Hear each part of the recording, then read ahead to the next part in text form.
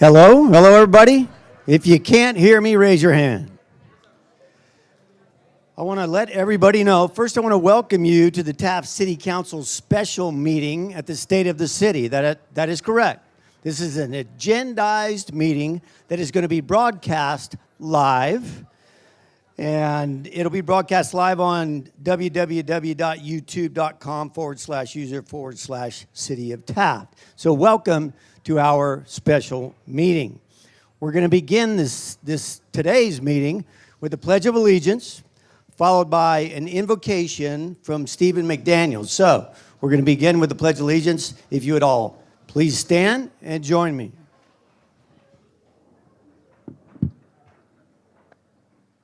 Salute and pledge. I pledge allegiance to the flag of the United States of America and to the republic for which it stands, one nation under God, indivisible, with liberty and justice for all.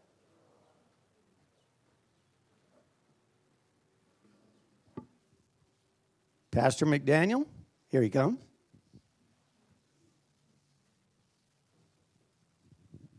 Could we all just lift our heads, bow our heads, and lift our voice toward heaven? Father, we love you today. We're so thankful for everyone that's here. We thank you, God, for this day, for this food that we've received. We thank you for the people that are here, for the businesses, for everyone who contributes and works so tirelessly to make this community so great. We thank you, God, for your provision that you have blessed us with. We pray that you would bless this meeting, bless our city, bless this year that we have before us, and we just pray that we would give you honor and praise and glory in all things. In Jesus' name, amen. Amen.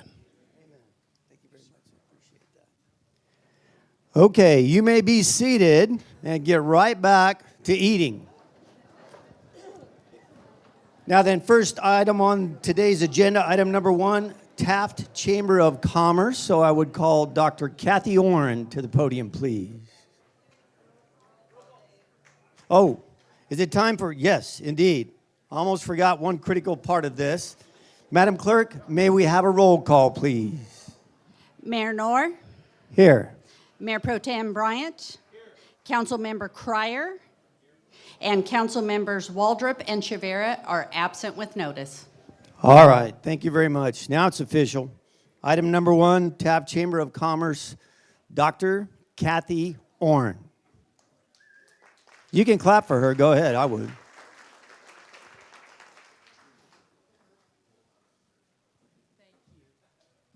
Thank you very much. All right, all you people in the back, quit having fun. All right. It is a pleasure to look out and see so many people that are interested in what is going on in our city. So you can pat yourselves on the back for being responsible citizens. It's wonderful to have you here today. Thank you. We, as you know, are being live streamed. That means you need to act correctly. It means other things, but mostly that's what I want you to hear. I want to thank Aaron Griffith, who is doing this for us in order for us to be able to have this State of the City. He is the young man that does all of our live streaming of our city council meetings. So he knows what he's doing, and I appreciate him taking time to do it for us. Thank you. Now, here's the important thing. We have basically 2 rooms here. The people that are rowdy are in the back, and we're going to have to keep them at bay. So when you are standing here using this microphone, you need to practically be yelling. I am sitting at a table, thank you, right there. And if I can't hear you, I'm going to wave my flower pot at you. And that means you have to speak up. Most of us get, the more we speak, the farther away the microphone gets. But you have to be right here. Okay. Okay. Here are the speaker rules. And I want you to know that we have very deftly picked our speakers because we know that people in Taft are very, very interested about schools Now, we don't pretend to have all the schools in our area represented, but we have school districts represented, and I think you'll be very interested by what they have to tell us. And then we have, of course, our Westside Healthcare District, which we are so proud of. And they are working so hard to bring services to us all the time, and they're going to give us an update. And then we have Les Clark. What number are you, 3? Where is he? Oh, okay. There he is. Okay, that Les Clark. Was referring to your son, yes. And he is going to tell us about what's going on at the rec center, which is so important to our community. Now, here's the deal. They have 5 minutes to talk. Their directions were, you have to pick 2 things that you want people to know about your institution. 2 things, and you got 5 minutes. Now, I know full well that talking to these people is like talking to a wall sometimes, less, but that we are going to be very specific about that. We are so specific that we have put Jan Ashley at this front table. That's how adamant we are. She will, however, allow you to finish sentences. All right, but...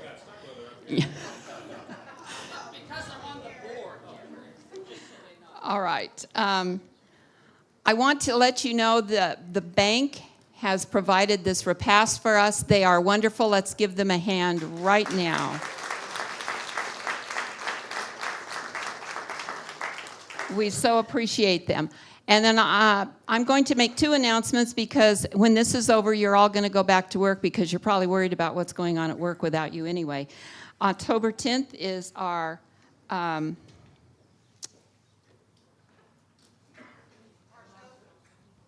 I have no idea what that says. But October 11th is our chamber car show. Isn't that gripping? All right.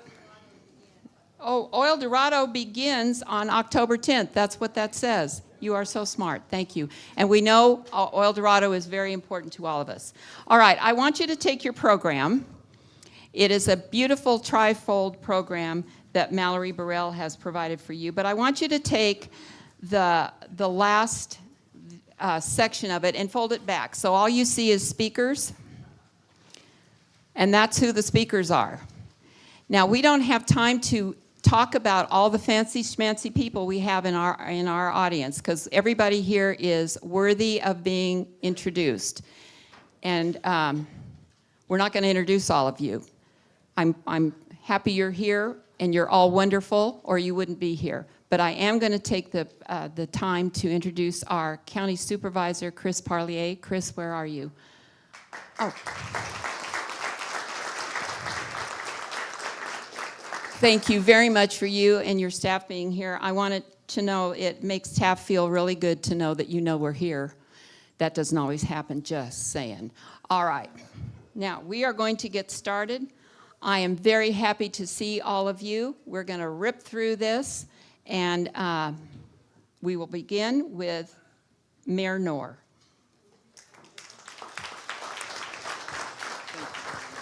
Thank you very much, Dr. Warren. Welcome, everybody. What a glorious day. Can you imagine being anywhere but here today? Fabulous. Also, please take note of the Public Works guys working diligently to polish up, that's right, the tallest all-bronze statue this side of the Mississippi River, the Oil Workers Monument. Your monument, the people's monument, city's monument. We're all very, very, very proud of that. What's going on in the city of Taft? You're going to hear from several people today, and we have just a very few minutes. So, one of the things that we have been doing over the course of the last few years is trying to bring retail options into the city of Taft. We know we're all the way over here. We know that. Call somebody in Southwest Bakersfield and buy a refrigerator and ask them to deliver it to the city of Taft. They'll think it was South America or something like that. But that's okay. And we have broadened our offering for retail and groceries in order to try to keep people in the city of Taft and keep Taft dollars in the city of Taft, provide you with additional options, and it's working. It is. So I encourage you to support those businesses. Keep your money over here. Keep your tax increment over here. We use that money successfully to fund police and fire and all the things we need, the foundation of quality of life, and that's safety. And we want City of Taft to continue to be one of the safest areas to live and play and raise your families. So thank you all very much. Take advantage of those things. Next item I want to talk to you about might not be so pleasant, and that would be part of law enforcement. It is no secret in the state of California we have a real problem with homelessness. Along with that, we have a problem with petty crime and drug crime. And why did it happen? How did this all come to be? Well, one needn't go too far back, but in the year 2014, there was a proposition, Prop 47. And I think they actually billed it as the Safe Routes to School and something else Act. That is one of the great ironies in government. It created monumental problems that we're just getting ready to start solving.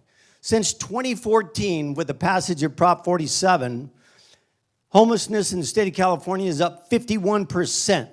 At the same time, homelessness nationwide is down 11%. So our governor oftentimes likes to brag about nation-leading policies. Well, that's one that is not worth bragging about.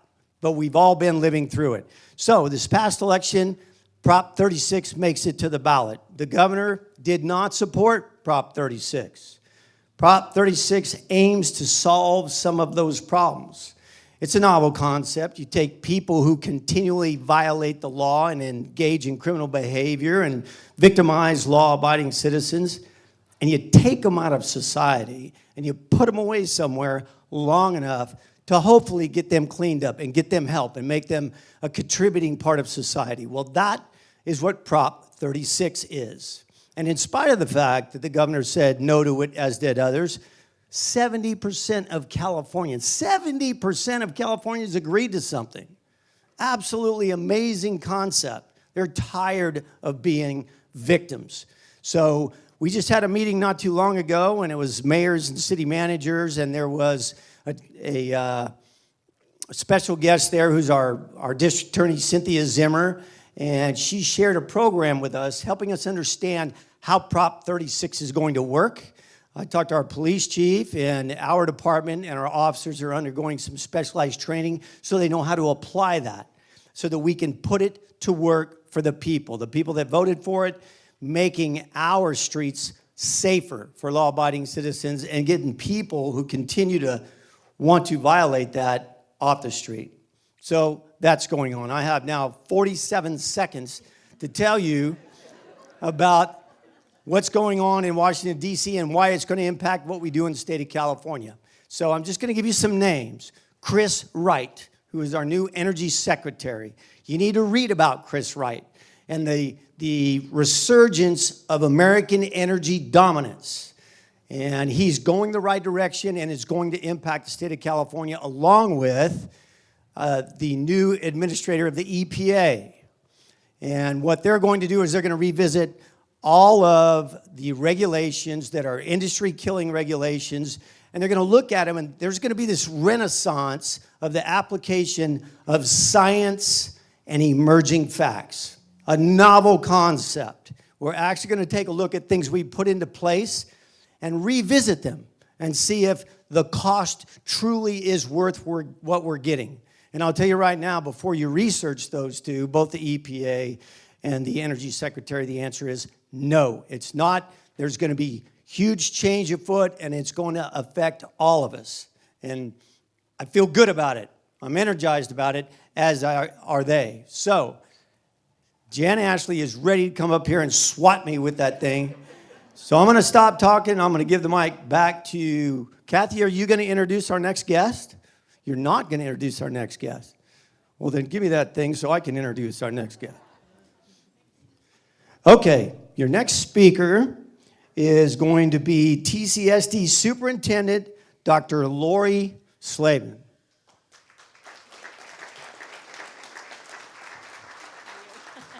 Thank you so much. Good afternoon, everyone. Can you hear me? Okay, I see some hands up. So what is going on in Taft City School District? For those of you who are not familiar with our age range, we are kindergarten or pre-TK, I'll talk to you a little bit about that today, through 8th grade. And then our students graduate on into the high school district.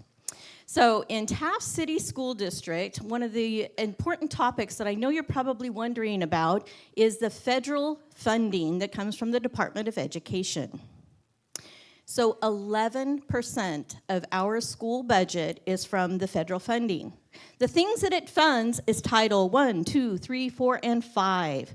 There are 5 federal title funds that come into the school district from the federal government. In addition to that, they fund IDEA, otherwise known as Special Education Funding. And then the third major funding source, which is the largest for us, which is about $2 million, is for the food nutrition program. That's the one that's at the highest risk for us in jeopardy. The other two, the title programs and the IDEA, are pretty solid. But the food nutrition one is still kind of up in the air. So watch for that one. Right now, all of our students receive free meals for breakfast, lunch, dinner, snack, in between there, even for our after-school program. And we're very proud to be able to provide that.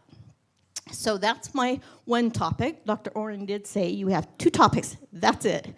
And then also, my boss over here said he was going to give me the sign if I, if I went on too long. The other thing that I wanted to share with you, which is kind of surprising to some people, is that starting in August of 2025, we will have 3-year-olds in public education. The 3-year-olds that turn 4 by September the 1st will be eligible to be enrolled in school. We start school on August the 18th. So from August the 18th to September the 1st, students that are 3 years old will be in the classrooms. They'll turn 4 on September 1st and then finish throughout there. So that is a phase-in that's taken multiple years, and then this year here in 2025 is the official completion of the 4-year-olds in California public schools. So those students are called transitional kindergarten. Transitional kindergarten is a bridge from preschool into formal education of kindergarten.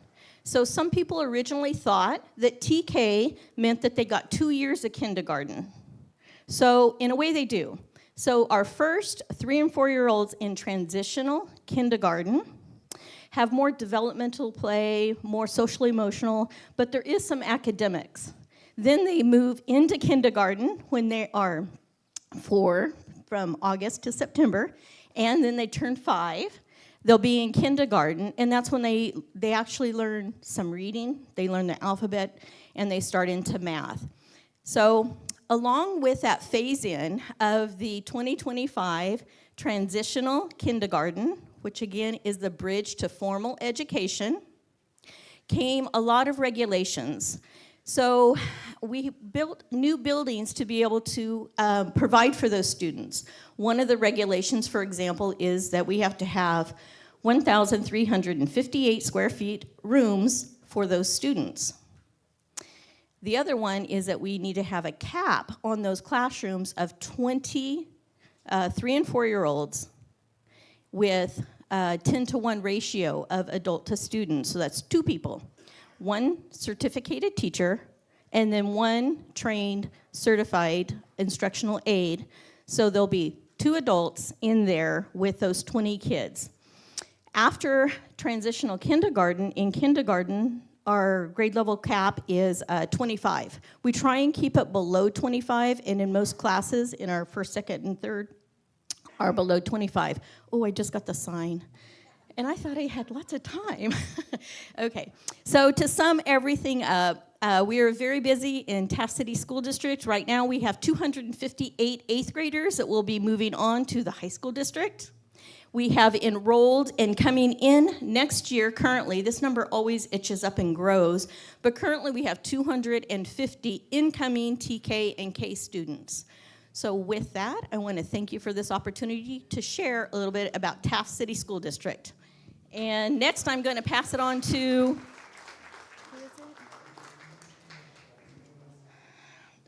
okay, we have our Taft College Interim Superintendent, Dr. Leslie Miner. I'm going to leave this up here so you don't announce it. Thank you. Well, good afternoon. It's great to see everybody. I'm excited to see everyone here and appreciate the interest that we all share in our community. I have a few updates and opportunities I want to share about Taft College.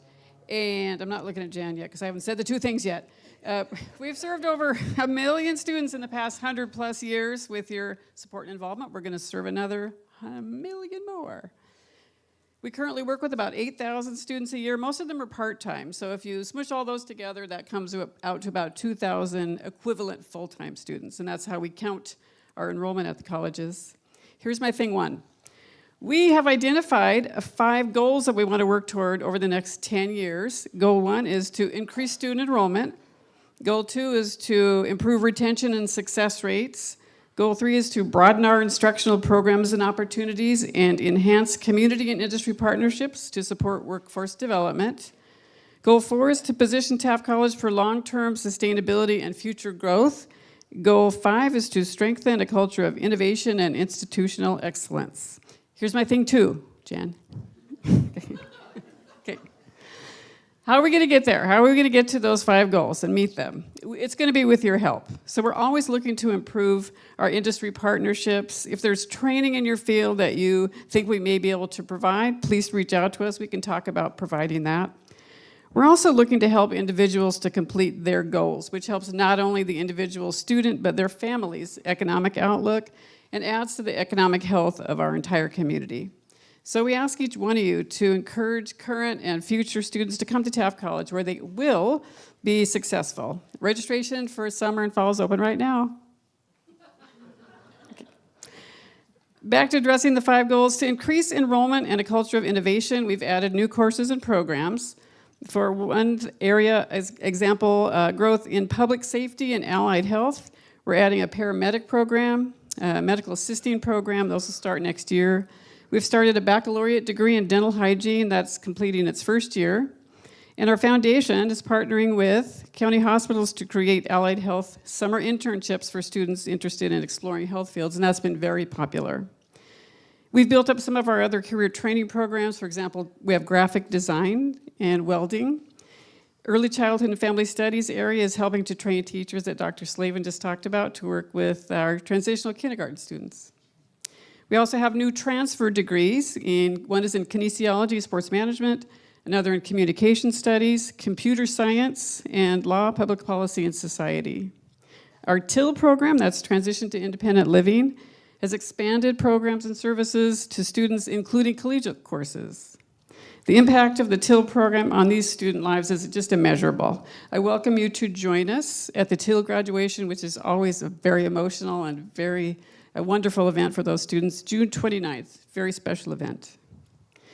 And to reach those goals that I mentioned earlier, we also have a full menu of student services to help students be successful, including no-cost tutoring, financial aid assistance, academic counseling, a veteran resource center, disabled students programs and services, associated student organization with a host of activities all the time, and many more services. You probably already know this, but we have a very robust and successful athletics program that attracts students from out of state, but also right here in Taft. Athletic staff, here's another plug, holding the annual Al Baldock Golf Tournament on April 25th. And we're always looking for teams and sponsors. Reach out, contact us if you're interested in playing or in sponsoring. The college launches graduation season, and it takes a few weeks to get everybody through the ceremonies and ready to go. But the season's launching. You are invited to celebrate student success with us on May 23rd at 7 p.m. in Martin Memorial Stadium at Taft High School. Gates open at 6 p.m. for those who want to arrive early. In closing, right on time, thank you. I would like to challenge each one of you to reach out to one person who could benefit from Taft College. With our community and support of our program, we will thrive for another 100 years. Thank you.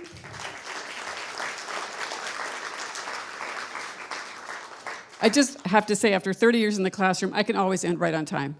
Talk faster, talk slower, leave things out, add things. Let me introduce our next speaker, Taft Union High School Superintendent, Dr. Jason Hodgson. All right, thank you, Leslie. By far, one of the best and brightest moments and spots about us is our service orientation. The best of Taft, the best of who we are at our high school district with our students sitting here in this room is the desire to serve and give back. So my two topics for today, students and service. It's the best thing we have going, and I'm thrilled to tell you.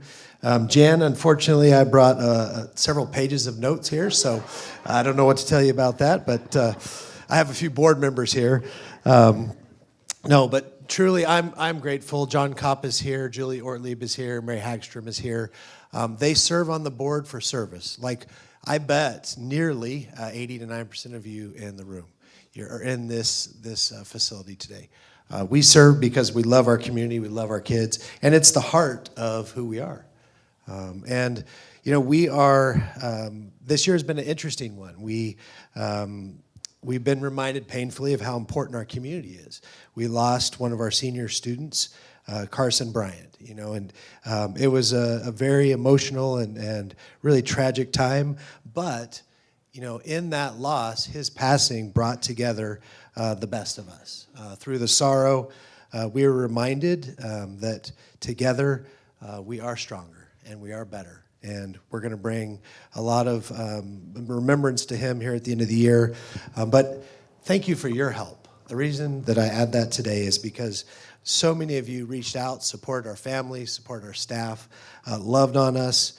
One of our students, Cash Clark, called together, I don't know, maybe half of the community at 6 in the morning to come out to the football field and just do a prayer service, student-led, for the family. And so I want to offer a heartfelt thank you to all of you who helped with that and continue to help. And some of the family are here at lunch today. So we appreciate you greatly. So students, what's up with students? So I guess I'd like to add to Lori's comments on the state budget. So how does the budget work into students? Well, it's because we can serve students because of the budget. So real briefly, you're going to hear a few numbers. One, very positive. Our state budget for what the governor says is up $4.6 billion as of today, unexpectedly, which is just fantastic. We are $12 billion deficit starting out this year's budget. So it's a good start, and we're happy for it. We budgeted from a deficit mindset from the beginning, but we're glad to have the extra $4.6 billion because it means that we will likely finish the year strong. There is a lot of pause in that, and you'll hear a lot of pause, well, if you just turn on the news and watch anything about the federal state government. However, there's pause in that because for schools, for many school districts, what that looks like next year and the years out still is going to be connected to the last 4 or 5 years deficit spending and the multi-billion dollars and the governor's quick math with guaranteed school funding called Prop 98. So many of us are going to be impacted by that. However, for the Taft High School District, we're very, very fortunate that when the state is overflowing with taxpayer dollars and handing it out to provide services, many needed services, for the Taft Union High School District, we oftentimes aren't receiving all that funding. However, when the big tax dollars are not coming in, because of our funding model, we're oftentimes doing better than most. And so we're very grateful for the support. Our local oil industry is the driver for who we are in our funding model, and we're very grateful for all of you in that community here today. On the student side, all right, here we go. Did you know that our high school district in Kern County was the highest growth and performing in Kern County? We had 12% in language arts, 8% in math. Hard to believe. Are we where we want to be? Yes, it was amazing. We have a long ways to go, but we are making progress. We went up from 80, 90 students with 4.0 GPAs to 121 just last month. We had Shelby Gregory hit 1,000 points in her career basketball, which is only the 4th player ever. A really neat highlight for us. Our basketball, volleyball, and soccer programs, we're hiring frost-soft coaches when others are letting them go. Really neat to see the involvement. We partnered with the Taft Kiwanis to do one site and bring reading glasses to 20-plus students that have never been able to see what's on the page in front of them in high school, right? So thank you very much, Taft Kiwanis, for that donation. Yesterday, our cafeteria team served 700 hamburgers to students on the house, closed down the cafeteria, cooked 700 burgers, served them in 20 minutes. Mary Hagstrom was there helping us serve. It was just a fantastic day. Chrissy Lee is our food services manager, just a fantastic new team member for us from our friends next door. Grateful to have her. You know, we're definitely not perfect by any means, but we are on a journey to be excellent. And our motto is excellence by design. So together we push through some hard moments, and it's about our kids. Our students matter. It's why we do what we do. I said last year that we have almost 68% of our staff involved with our students after school. That's our paid staff, so that's not walk-ons. And at the high school level, if you look at other high schools, you look around at the clubs and the athletics, you're going to see a lot of people who are like what they're doing, but they're not actually with kids during the day as well in the classrooms. And that makes a huge difference. So together we are building the best of places. We're focused on learning, working, and playing. And it takes a ton of service to do that. So I'm grateful for our team, the service that they've provided, and just thank you for being here today and giving us a moment to just do a little bragging and share our story. So thank you and very much. With that, I want to bring up the guru of healthcare, the West Side Executive Director, Mr. Ryan Schultz.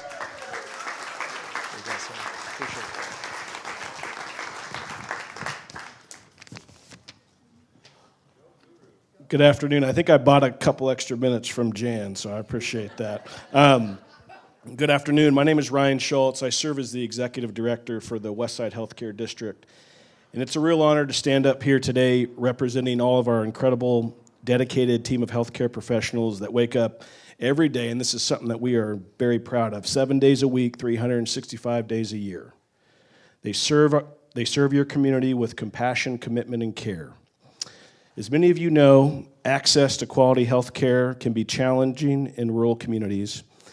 And that's why we've made it our mission as an independent rural health clinic, which is called Westside Family Health Care, or as our patients refer to it as the clinic. That we ensure every person who walks through our front doors, whether they're a fifth-generation resident seeking urgent care services or a new family seeking a primary care appointment, that they all receive the same high standard of care. Today, I'd like to touch on 2 points. The first one is the growth of our clinic and the team that provides patient services, and the second, some upcoming projects that will enhance and strengthen the services we provide. The success at our clinic are due in large part to the vision and fiscal stewardship of our locally elected board of directors, the work of many individuals that preceded me that laid the groundwork for our growth and success. And of course, our clinical and non-clinical staff, and it certainly cannot be done without our medical provider team, which is led by our medical director, Dr. Ronald Ostrom. Retention and recruitment remain a challenge like any rural health provider, and that's mainly with our certified and licensed staff members. Those are medical assistants, nurses, physicians, nurse practitioners, and physician assistants. I'm happy to report today, and I pray that I don't jinx myself, that we are back to having 5 healthcare providers working Monday through Friday, 5 days a week, until 9 p.m. We're very proud of that. We look forward to continuing to strengthen partnerships with our local educational organizations to bridge the gap between graduated students and healthcare careers. In the past year alone, we've cared for over 30,000 patients by expanding access to both primary care and urgent care services while reducing wait times. Since our new facility opened in 2020, our patient volumes have risen year over year, starting at 16,000 patient encounters. This represents over an 85% increase in 4 to 5 years. Despite being a small clinic, we've embraced innovation and adaptation. Quite frankly, we have outgrown our clinic space, and patient demand continues to rise and requires action. Telehealth services are available to reach homebound patients, those living in outlying areas, or those that would prefer to complete their visit from the comfort of their own home. We recently started implementation of a new electronic health record system to improve our registration process. This would digitize patient check-in and allow for online check-in, to name a few enhancements. All of these will get you in front of your healthcare provider quicker. Additionally, we have just completed the design phase and permitting of 2 construction projects for the interior of our clinic to provide greater capacity for patient treatment and support services. We're also proud to be more than just a clinic. Last year, we partnered with the City of Taft to provide healthcare services at its correctional facility under the name Westside Correctional Health. We are a small but mighty team, but we pride ourselves on providing safe, effective, and efficient care. There are many avenues of healthcare, and we will continue to look for opportunities to provide new services and seek partnerships that support the mission of our district and are within our means. And when the unexpected happens, like delivering a baby in our parking lot on a Saturday night, or providing reassurance and comfort to a newly pregnant mother who is worried about the health of their baby, and our health providers are able to use our point-of-care ultrasound to help find an active heartbeat. Dealing with the common cold, which is still a thing, or even possible fractures. Our team shows up, adapts quickly, and finds a way to serve. We believe that quality healthcare services are a major part of a well-rounded and vibrant community, and we are proud of the role that we play in making Taft a great place to work, live, and play. In closing, I want to say thank you to our board of directors, our staff, our patients, and the community and partners like yourselves. Your support makes it possible for the Westside Healthcare District to continue to make a difference in the lives of our patients we serve. Thank you very much for having me today. Appreciate that. I'm going to bring up my friend Les Clark from the Westside Rec and Park District.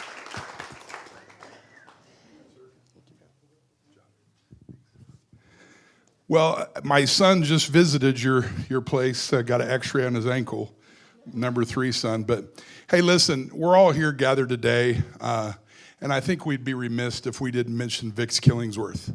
You know, he just passed, and so Aunt Jan told me I get an extra 10 seconds just to ask for a moment of silence for a great friend, Vic Killingsworth.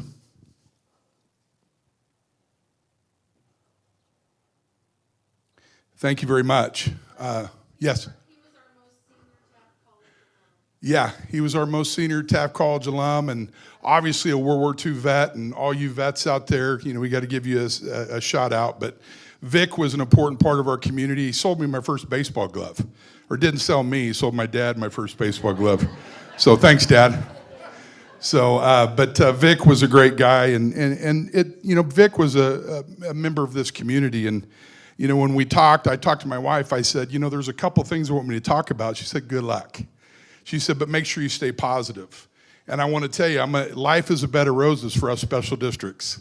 You know, it is, it really is. But you need to understand, in every bed of rose, there's a thorn.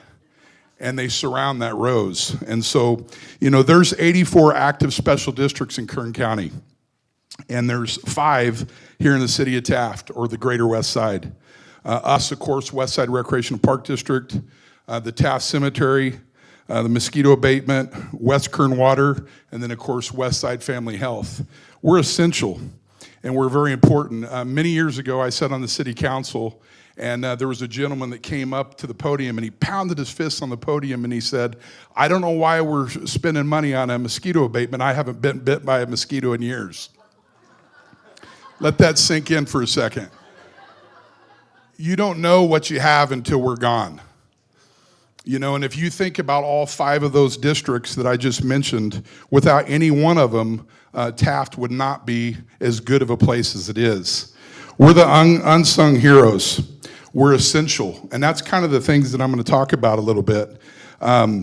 We, at the Westside Rec and Park District, our motto of late has been, do what you can with what you have where you are. And that is a quote from Theodore Roosevelt.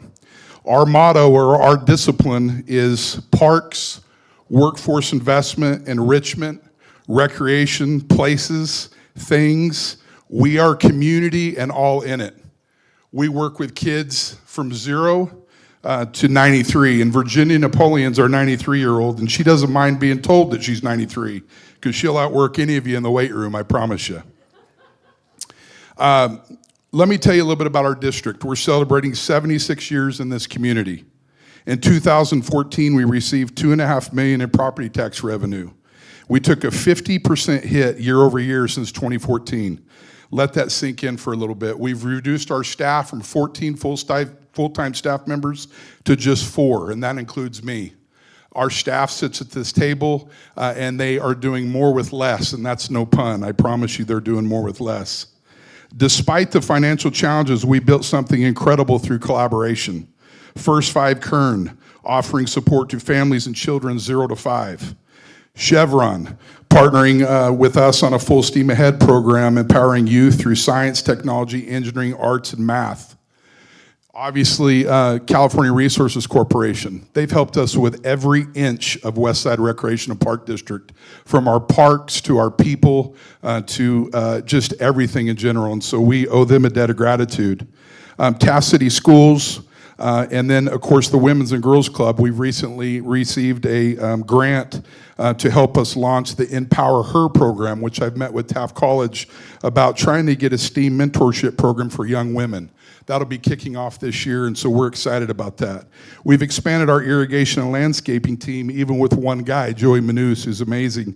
And we've hired part-time staff, and it's helped boost our local economy. Our strategic partners are many. And just about every single person in this room, from Westside Waste to the Kern Community Foundation, to West Kern Water, to California Resources Corporation, Berry Corporation, General Production Services. Of course, Virgie and her team have been amazing. They just converted Field 2 into a girls' softball field. It's the only one around. We kind of invoked our own Title IX. So we have a girls' softball field right next to the boys' baseball field, which has been amazing. Chevron, of course, PG&E, Diamond in the Rough, and then service groups like Kiwanis and Rotary. Kiwanis and Rotary, from the pancake breakfast to the biscuits and gravy to the many different accolades that they're able to give us. City of Taft, Elite Fabrication, which is a local welding partner, Taft College and Taft College STEM, Taft College Foundation and Taft College STEM, Taft Union High School and their CTE department, Senator Shannon Grove and her amazing team, and of course I'd be remiss if I didn't mention our Kern County Board of Supervisors, and especially the new sheriff in town, Chris Parlier. His team has hit the ground running, and we appreciate that. We see you, we hear you, and we are watching everything move forward in a positive direction. We just recently completed our Eco-Vitality project, cutting utility costs and conserving water and boosting efficiency. But the rates keep climbing. As volunteerism has declined, we stepped up to fill the gap in several different things. And that is, Little League Baseball is no longer held up by volunteers. JFL football, AYSO soccer, the Fox Theater, the Natatorium, track programs, the community garden, and much, much more. Last year, 168 programs were taken on by us. And we're gonna fight, we're gonna continue to fight. I went over to my dad one day and I said, Dad, we're in trouble, we're hurting. And he said, quit whining and make it happen. And that's what it's about. That's Kern County, that's Ford City, that's what we're. So last year, I'm happy to report that the Westside Recreation and Park District, we ended in the black. And that's due to all the partnerships and the many people that I've mentioned in this deal. But this year, and our budget's generally based on a weather report, if you will, and it's going to be, we're going to have a 25% property tax shortfall this year, which is 15% worse than was originally reported. And so that's tough. And like I had mentioned, our budgetary process is based on a forecast, not actual real-time numbers. We've decreased our dependence on the unknown or the forecast, but we are still 50% reliant on the property tax revenue. Reducing this number by 20% over the course of the last 6 years has been amazing, but in the short run, but much work needs to be done. We are currently embarking right now on a 2-year capacity build project, and it's going to make our foundation stronger. It's going to make us stronger. And with partners like Stacy Falgoux and many of you out here, and Manny Campos, my good friend, they've set aside time individually to help us, help Think Tank, and many of you others out there as well. In closing, I just want to make sure that we understand the 2 things that I'm talking about here. Number 1, a call to action. We have a call to action, all of our community, because without special districts and the essential services, we're all in trouble. The city's in trouble. And so the call to action is number 1. Number 2, it's we got to circle the wagons. We got to figure out what everybody else does that we can maybe help with, or vice versa, because that's truly the important thing. And my good friend Greg Hammett and Ryan Schultz and many others have sat down and we've talked about these issues. We've talked about circling the wagons, and we need to make sure that we do this. I'm going to close out with this quote. Never doubt that a small group of thoughtful, committed citizens can change the world. Indeed, it's the only thing that ever has. Thank you guys so much.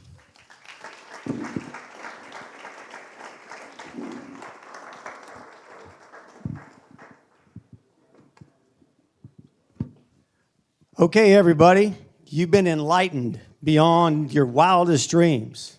I want to remind everybody here of one little thing. If you came into the city of Taft and you leave the city of Taft, you go through Kern County or you went through Kern County. Quality of life on the west side is heavily dependent upon the collaboration of county government and city government. So, since he came to be, Chris Parlier has hit the ground running, boots on the ground, ever present, and I will let you all know that we and our staff and he and his staff are working very, very hard together effectively and will bring about positive change that will have a positive effect on the residents of the entire west side. So, with that, item number 2 is public comments. At this time, I'd entertain a motion to adjourn. I have a motion and a second. All in favor? This meeting's adjourned. Everybody chat it up, have fun. Thanks for being here.